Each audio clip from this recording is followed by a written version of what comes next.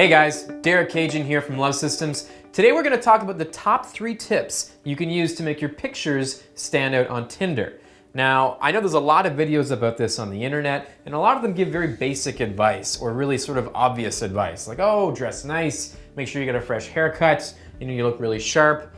All things I've ignored for this video. But today I wanted to go over 3 things that are actually not really talked about that much. And of course, a lot of the information I got today came from my good friend Rob Calabrese's book, Matches, the Tinder book for men, so be sure to check that out. But let's go over the top 3 things you can do to make your pictures stand out that are not so obvious. All right, so number 1. Here's a little trick that you can use if you know about photography. There's a thing called a shallow depth of field. If you look at me right now in this image, I'm actually in kind of a shallow depth of field. What it is basically is it makes the background a little bit out of focus and the foreground is more in focus. Now, this isn't a zoom lens that I'm using, so it's not a true shallow depth of field, but essentially the way you get this effect is by standing far away from your subject, which is you in this case, and then zooming in until your face is in focus. What that does is it flattens your face and makes you look a lot more attractive. There's a lot of actors that use this in films as a way to make themselves look a lot more attractive. It flattens your nose, it makes your features just look a lot more symmetrical. So it has a really interesting effect that makes you, stand out essentially. So if you can use that, you got a good camera with a zoom lens, do it. If not, a lot of phones these days have that effect built into it, which you can use. And when women are, perusing a sea of thumbnails of pictures, that small little thing is gonna make a big difference. So try that one out. Number 2, here's a big mistake a lot of guys make. They have pictures of them with women, but they're always pictures in which it looks like they're the ones hitting on women. So maybe it's a picture of you with your ex-girlfriend and you got your arm on her, or you're flirting with her, or like getting close with her.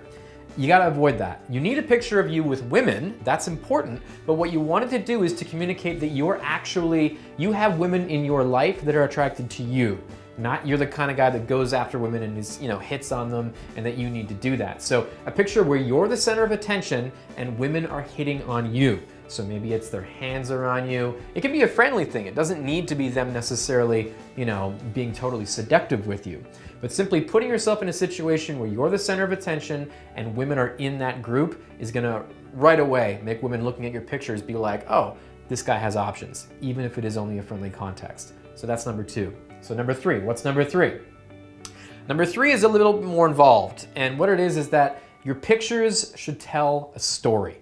And a lot of guys, when you look through their pictures, there's a couple different mistakes they make. One is they put pictures where they're sort of alone in all of them, or they're just really similar. So maybe there's a picture of them, in their house, and then a picture of them, maybe just in their yard, or there's not really a lot going on there. Maybe one at work. So you want it to tell a story. What she should get when she looks at your pictures is that this guy's life would be amazing with or without me in it, is sort of the idea that you want to communicate with your pictures. Now, you don't need to have this crazy adventurous life in order to sell this.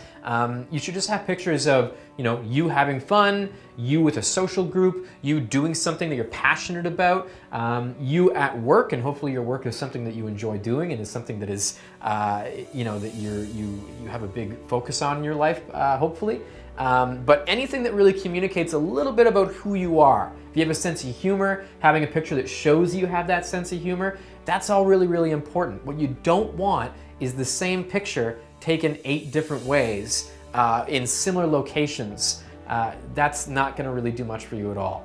So those are my 3 tips that people don't really talk about on Tinder. If you can have all those 3 in your Tinder profile pics, you're gonna do great. So once again, check out my good friend Rob's book, Matches, and if you do like this content, please comment below, like, subscribe, and tune in next time. Thanks a lot, guys.